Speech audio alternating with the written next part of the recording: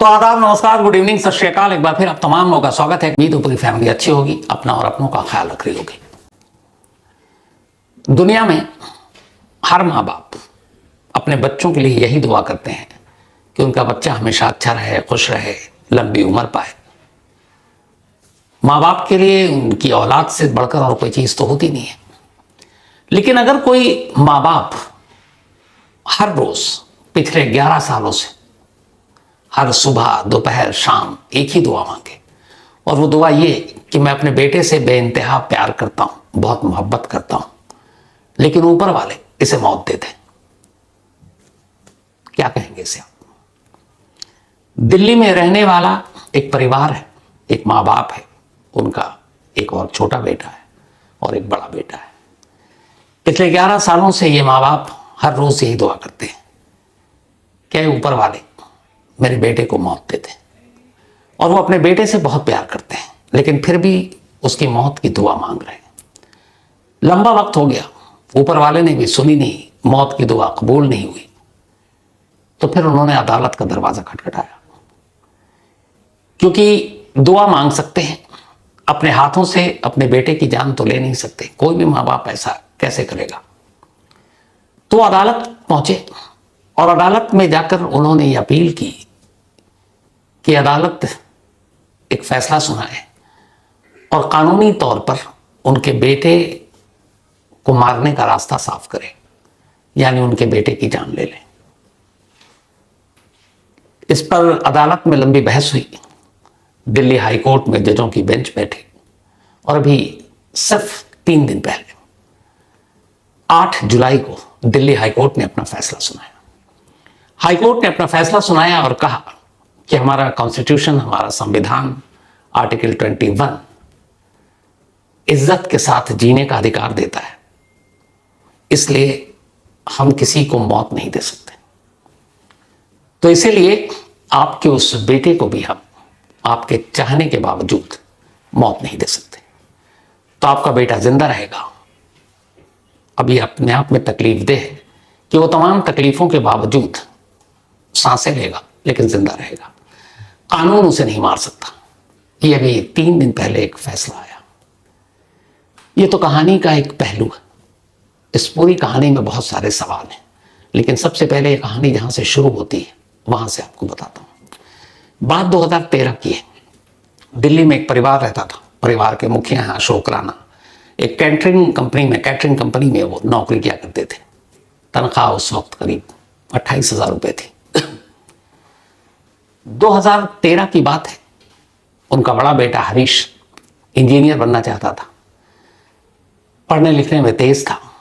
Punjab university में उसका दाखिला हो गया सिविल इंजीनियरिंग में, और वो वहां से बीटेक करने लगा। परिवार दिल्ली में रहता था, दाखिला पंजाब यूनिवर्सिटी में हुआ मोहाली में, तो मोहाली में जाकर अब पढ़ाई करने लगा, और मोहाली में ही उसने एक पीजी ले लिया। पेइंग गेस्ट के तौर पर वो रहने लगा। सब कुछ ठीक चल रहा था। माँ बाप बेटे का इंजीनियर बनने के बाद घर में हाथ बटाने का सपना देख रहे थे। बेटा भी इंजीनियर बनकर अपने माँ बाप के तमाम सपनों को पूरा करना चाहता था। बेटे का नाम हरीश।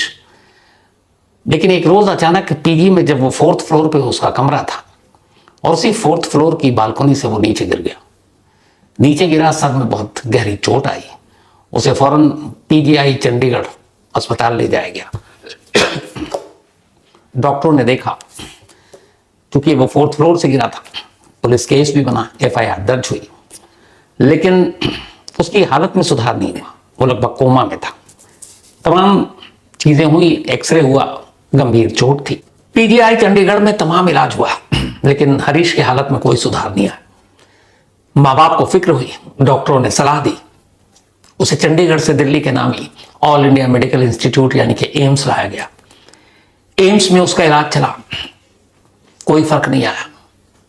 फिर माँ बाप बेटे के अच्छे होने की उम्मीद में उसे अलग अलग अस्पताल लेकर भागते रहे।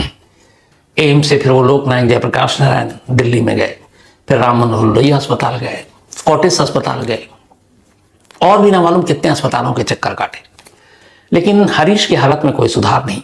तो जिंदा था, लेकिन सांसें चल रही थी, बाकी कुछ नहीं। उसे कुछ पता नहीं, एक जिंदा लाश की तरह बेड पर था। धीरे धीरे वक्त बीता। डॉक्टरों ने कहा कि अब इसकी हालत में कुछ सुधार होने की उम्मीद नहीं है, लेकिन सांसें टूटी नहीं थी तो कानूनन वो मरा नहीं था।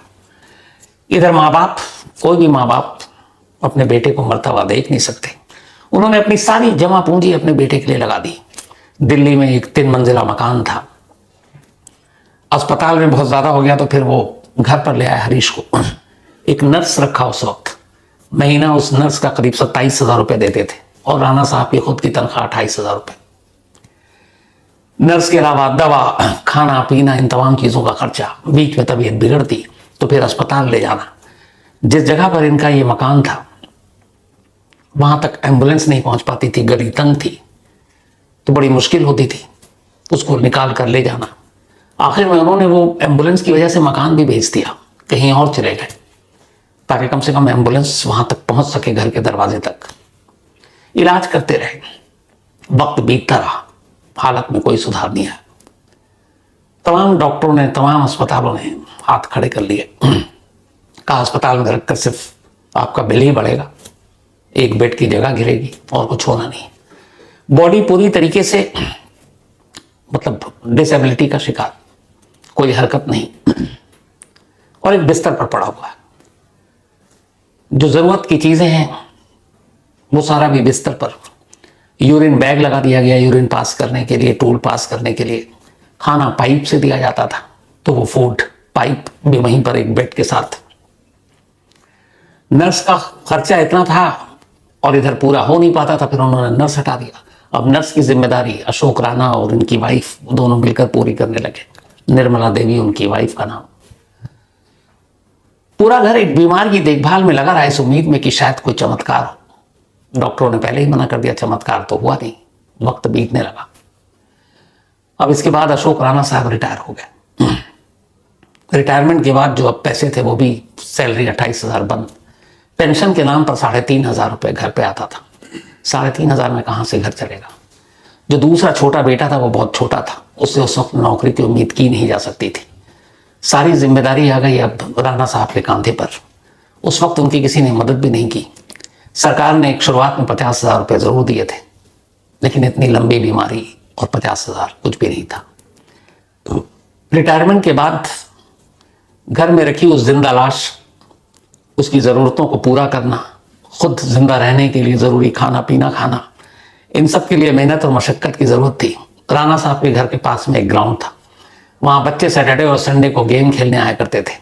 तो उन्होंने देखा बच्चे गेम खेलते हैं, घर से वो स्प्राउट और सैंडविच बना बना कर ले गए और वो बेचना शुरू किया सैटरडे और संडे। उससे कुछ पैसे आ जाते, वो पैसे हरीश के खर्च पर, क्योंकि दवा और सारी चीज़ें, वो मुर्दा नहीं था अभी तक, जिंदा था, तो उसकी ज़रूरतें पूरी करनी ज़रूरी थी। तो दवा से लेके फिजियोथेरेपी, बाकी सारी चीज़ें होती रहती और ज़िंदगी चलती रही। धीरे धीरे हरीश एक कंकाल बनकर बिस्तर पर पड़ा रहा लंबे कई सालों से। डॉक्टर न उसे जिंदा करार दे रहे हैं न मुर्दा, और पूरी तरीके से वो इस दुनिया से बेखबर है, एक बिस्तर पर पड़ा हुआ है। बस उसकी जिंदगी और मौत के बीच का जो सबूत है वो एक ही है कि उसकी धड़कनें चल रही हैं, इसके अलावा कुछ नहीं। धीरे धीरे हरीश एक कंकाल के तौर पर तब्दील हो गया, मतलब उसका वजन कुछ किलोग्राम होगा। बिस्तर पर रहने के दौरान चूंकि लगातार बिस्तर पर है तो फिर अजीब सी सारी बैक्टीरिया और बाकी चीजें भी होने लगी। माँ बाप परेशान, पूरी उनकी दुनिया ही पलट गई। कहीं कहीं जा नहीं सकते, इतने पैसे नहीं है कि नर्स रख सकें, किसी अस्पताल में एक बेड ले सकें। हर तरफ मदद की गुहार कर ली, कोई मदद नहीं मिली। अब हरीश घर में है, माँ बाप इलाज कर रहे हैं, छोटा बेटा बड़ा हो रहा है, वो भी वक्त से पहले बड़ा होकर घर वालों की, अपने माँ बाप की, अपने बिस्तर पर लेटे उस जिंदा मुर्दा भाई की मदद करना चाहता है। और आखिरकार वक्त से पहले वो बड़ा हो गया, उसने एक नौकरी की। अब उसकी नौकरी से थोड़ा सा घर का खर्चा ठीक ठाक चलने लगा, लेकिन इधर हरीश की हालत में कोई सुधार नहीं। क्या किया जाए। तभी 2021 में घर वालों ने फैसला किया, जब हर डॉक्टरों के पैनल, हर डॉक्टरों के बोर्ड ने जवाब दे दिया कि ये पता नहीं, वापस तो ये ठीक होगा नहीं, पर सांसें कब साथ छोड़ेंगे ये हम नहीं बता सकते। जो वो कहते वो दवा भी पाइप के सहारे दी जाती है, खाना भी पाइप के सहारे दिया जा रहा है, सब कुछ चल रहा है। जब कोई उम्मीद नजर नहीं आई और बेटा वो पड़ा हुआ है, उसकी तकलीफ अलग है, और उसकी उस तकलीफ को देखकर माँ बाप और भी बेचैन, क्योंकि बिस्तर पर पड़ा है, ना हिल सकता है, ना डुल सकता है, ना बोल सकता है, ना देख सकता है, ना समझ सकता है, ना सुन सकता है, लेकिन उसकी तकलीफ उसके माँ बाप एहसास कर रहे हैं, महसूस कर रहे हैं। तो जब उसकी तकलीफ देखी तब माँ बाप ने फिर दुआएं मांगनी शुरू की, क्या ऊपर वाले तो मेरे बेटे को उठा ले, क्योंकि अब इसकी तकलीफ देखी नहीं जाती और इसकी तकलीफ की वजह से हम जिंदा होते हुए भी मरते जा रहे हैं। दुआएं काम ही नहीं आई, कई साल बीत गए। फिर उन्हें किसी ने कहा कि एक इच्छा मृत्यु नाम की चीज होती है, तो क्यों ना आप अदालत जाओ और अदालत से कहो कि इसकी तकलीफ को दूर कर दे, यूथनेसिया यानी इच्छा मृत्यु। दोनों माँ बाप अदालत पहुंचे हरीश की तरफ से, और उन्होंने एक वकील लिया और कहा कि पिछले 11 सालों से उनका बेटा, जिसकी उम्र अब करीब 30-35 साल, जिंदा होते हुए मुर्दा से बदतर है, उसकी तकलीफें हम देख नहीं पा रहे, हर रोज दुआ कर रहे हैं, मौत आ नहीं रही है, तो अदालत इच्छा मृत्यु की इजाजत दे, यानी कि उसे यूथनेशिया दे। और इसी के बाद दिल्ली हाई कोर्ट ने एक लंबी बहस की और 8 जुलाई को फैसला सुनाया कि नहीं, जीने का अधिकार हमारा कॉन्स्टिट्यूशन, हमारा संविधान देता है, पर हम किसी को मारने का हक नहीं दे सकते। कोर्ट के इस फैसले के बाद मां बाप को जब यह फैसला आया तो पता नहीं क्यों दुख भी हुआ, लेकिन खुशी भी थी। खुशी इस बात की कि उनका सोच कर ही दिल धड़क रहा था कि अगर कोर्ट ने कह दिया कि ठीक है आप मार सकते हो, तो मारने के लिए कलेजा चाहिए, चाहे वो डॉक्टर के ही जरिए, चाहे वो आप जो भी उसकी जरूरी चीजें हैं दवा देना बंद कर दें, बाकी अपने आप मर जाए, उसके लिए भी। क्यों? क्योंकि आपको पता है कि जो आप करने जा रहे हैं उसके बाद बेशक वो एक मुर्दा लेटा हुआ है सालों से, सांसें तो चल रही हैं, उसकी धड़कनें तो माँ बाप हर रोज सुन रहे होंगे, और उसकी उन धड़कनों से उन्हें एक उम्मीद भी बनती होगी कि मेरा बेटा जिंदा है। तो कोर्ट का जब फैसला आया तो अजीब सी हालत थी उनकी कि इस फैसले पे दुख मनाऊं या खुशी।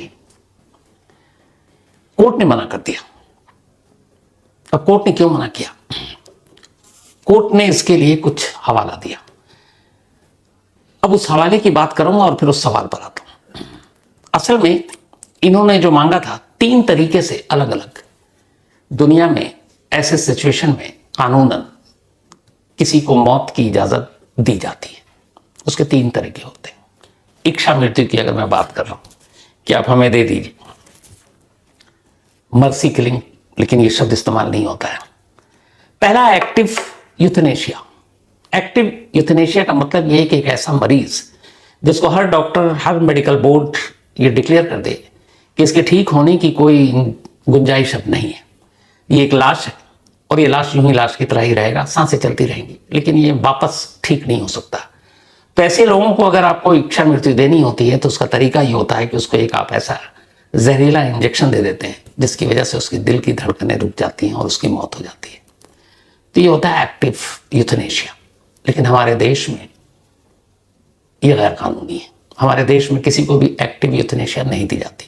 मतलब कोई मरना भी चाहे, खुद मरने वाला अगर होशो हवास में है और वो विल करे कि मुझे मरने की इजाजत दी जाए क्योंकि मैं ये दर्द, ये तकलीफ नहीं सह सकता हूं, तो भी उसे एक्टिव यूथनेशिया की इजाजत नहीं देगी हमारी सरकार, हमारी कानून, हमारा संविधान। तो ऐसा नहीं हो सकता। कुछ देशों में है एक्टिव यूथनेशिया। अब दूसरा है ऑप्शन इसका, वो है पैसिव यूथनेशिया। पैसिव यूथनेशिया का मतलब यह है कि एक शख्स मरने की इजाजत मांग रहा है और वो शख्स किसी लाइफ सपोर्ट सिस्टम पर है। अब लाइफ सपोर्ट सिस्टम आजकल 2 तरीके के हो गए। एक बंदा आपको पता है जैसे वेंटिलेटर पर है, सारी चीजें, सारे ऑर्गन उसकी मशीन से काम कर रहे हैं। तो लाइफ सपोर्ट सिस्टम पर एक आदमी को दिन क्या महीनों जिंदा रखा जा सकता है, बल्कि आप सालों भी जिंदा रख सकते हैं, ऊपर वाले ने उसकी मौत ना लिखी हो, लेकिन है वो मशीन पर जिंदा, वेंटिलेटर पर। तो उसमें यह होता है कि एक शख्स वेंटिलेटर पर है। अब हर शख्स जो वेंटिलेटर पर हो वो बेहद अमीर हो ये जरूरी तो नहीं है, लेकिन गरीब लोग भी वेंटिलेटर पर होते हैं। क्यों? अगर किसी का अपना इस हालत में है कि वेंटिलेटर पर जाकर उसकी जान बचाई जा सकती है, तो कितना गरीब वो अपना एक एक इंच, एक एक चीज बेच देगा उसे बचाने के लिए, और वो वेंटिलेटर पर रखेगा। लेकिन वेंटिलेटर का बिल हर रोज घंटों के हिसाब से बढ़ता है। तो अब यहां पर है पैसिव यूथनेशिया कि एक शख्स लाइफ सपोर्ट सिस्टम पर है और उस लाइफ सपोर्ट सिस्टम को रोक दो। सपोज अगर वेंटिलेटर पर है तो तमाम उसके, चाहे किडनी हो, चाहे फिर लीवर हो, हार्ट हो, जो भी हो, वो एक मशीन के थ्रू उसको एक्टिव रखे हुए हैं, आप ऑक्सीजन के जरिए आप सांसें दे रहे हैं, तो सिस्टम को, लाइफ सपोर्ट सिस्टम को आप बंद कर दो, स्विच ऑफ कर दो, मौत हो जाएगी। लेकिन सवाल यह है कि लाइफ सपोर्ट सिस्टम को बंद कौन करेगा? अगर सपोज वो लाइफ सपोर्ट सिस्टम एक स्विच से है कि स्विच के जरिए इस बंदे को इस मशीन पर रखकर हम जिंदा रखे हुए और ये ऑन है, ऑफ करते ही ये मर जाएगा, तो स्विच को ऑफ कौन करेगा? वो डॉक्टर जिसके अस्पताल में है वो, ये घर वाले जिसका रिलेटिव है वो, कौन करेगा? कानून कहता है कि कोई अपने आप कर ही नहीं सकता, डॉक्टर अपने आप नहीं हटा सकता।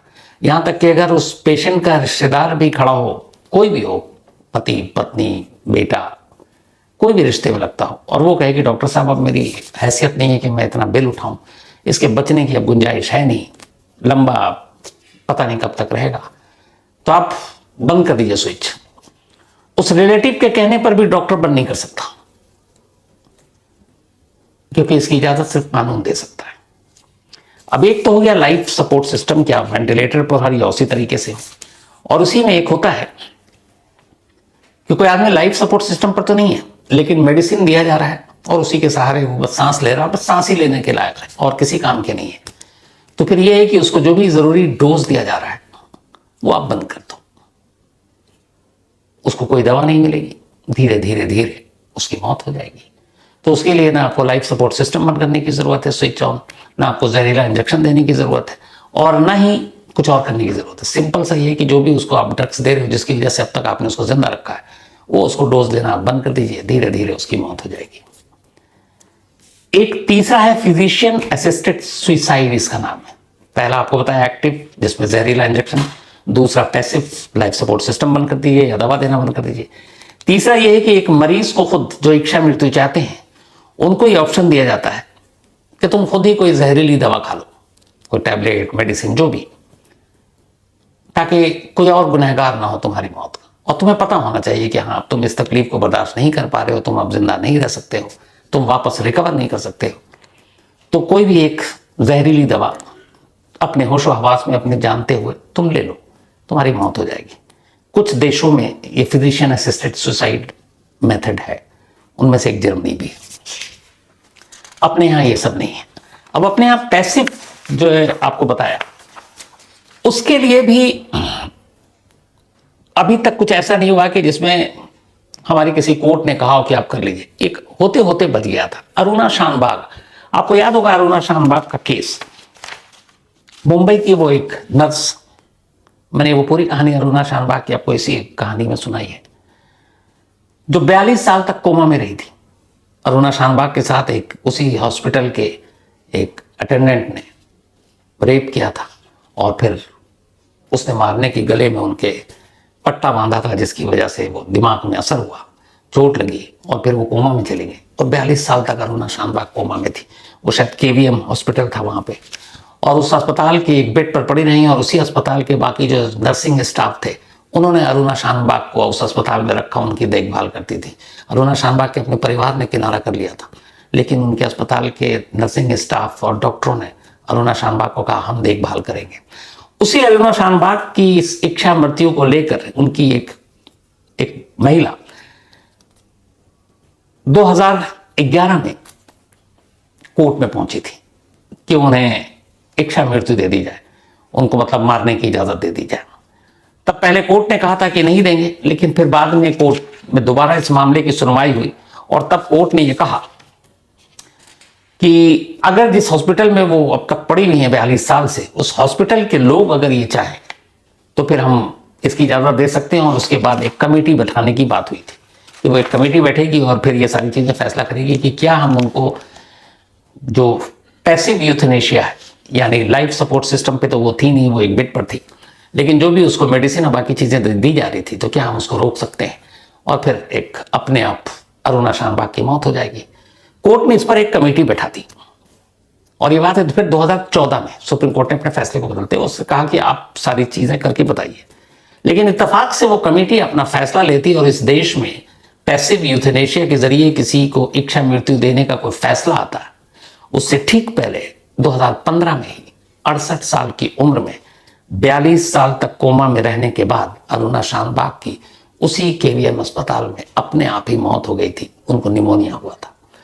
तो वो नौबत ही नहीं आई कि उनको इच्छा मृत्यु वाली चीज दी जा सके कि नहीं दी जा सके। तो वहां पे ये बात रह गई थी। अब यहां पे जो हरीश को लेके कोर्ट ने कहा, सुप्रीम कोर्ट का एक और गाइडेंस आया था पहले कि हमारा जो आर्टिकल 21 है वो राइट टू लिव है, जीने का अधिकार देता है, बट उन्होंने कहा कि एक मरने का भी अधिकार होना चाहिए, कि एक इंसान की मौत एक डिग्निफाइड तरीके से हो, ये नहीं कि कोई कहे और उसके बाद आप उसकी जान ले लें। सुप्रीम कोर्ट ने पैसिव यूथेनेशिया के लिए कुछ और चीजों की वजह से भी रोक लगा दी थी। उन्होंने कहा कि सपोज अगर कल को घर में कोई एक बुजुर्ग बीमार है और उसके पास दौलत है, वसीयत है, घर है, तो फिर ये भी हो सकता है कि कुछ लोग डॉक्टर के पास जाएं, मेडिकल बोर्ड से झूठे उसका मेडिकल सर्टिफिकेट बना के ले आए कि ये अब रिकवर हो नहीं सकता, ये जिंदा रहने लायक नहीं है, मतलब अभी रिकवरी नहीं हो सकती, तो हमें इसको मारने की इजाजत दे दी जाए। तो उन्होंने कहा कि फिर तो हिंदुस्तान में ऐसे केसेस की बाढ़ आ जाएगी, क्योंकि हमारे देश में वैसे भी इतने सारे वृद्धाश्रम हैं। आप जाकर देखिए, जिनके बच्चे इंडिया में ही नहीं, इंडिया के बाहर अमेरिका, कनाडा, ब्रिटेन, पता नहीं कहाँ कहाँ पढ़ रहे हैं, नौकरी कर रहे हैं, बेचारे उनके बूढ़े माँ बाप कभी नोएडा में, किसी दिल्ली में, किसी मुंबई में, बूढ़ों के वृद्धाश्रम में रह रहे हैं, क्योंकि बच्चों ने निकाल दिया, बेटों ने निकाल दिया, उनकी बहुओं ने निकाल दिया। तो जब ये हालत है, तो अगर कल को कोई 80 साल का बुजुर्ग हो, 75 साल का बुजुर्ग हो, जिसने बिस्तर पकड़ रखा हो, तो फिर कोई हैरानी नहीं है कि औलाद कहेगी कि ये सब ठीक नहीं हो सकते, तो बोझ है, इन्हें मारने की इजाजत दे दी जाए। तो कहे ठीक है भाई, तुम इनको दवा सब कुछ बंद कर दो, या फिर वेंटिलेटर पर तो हटा लो, क्योंकि फिर लालच में लोग जान लेने लगेंगे और इस कानून का वो कत्ल करने के लिए इस्तेमाल करने लगेंगे। तो सुप्रीम कोर्ट का ये पॉइंट भी बहुत वैलिड था। लेकिन इस केस में सुप्रीम कोर्ट ने कहा कि मैं जानता हूं कि माँ बाप पे क्या गुजरती है, मैं जानता हूं कि एक ऐसे बच्चे को घर में एक बिस्तर पर रखकर 11 सालों से उस घर का माहौल क्या होगा, खुद वो क्या क्या तकलीफें झेल रहा होगा, लेकिन हम इजाजत नहीं दे सकते।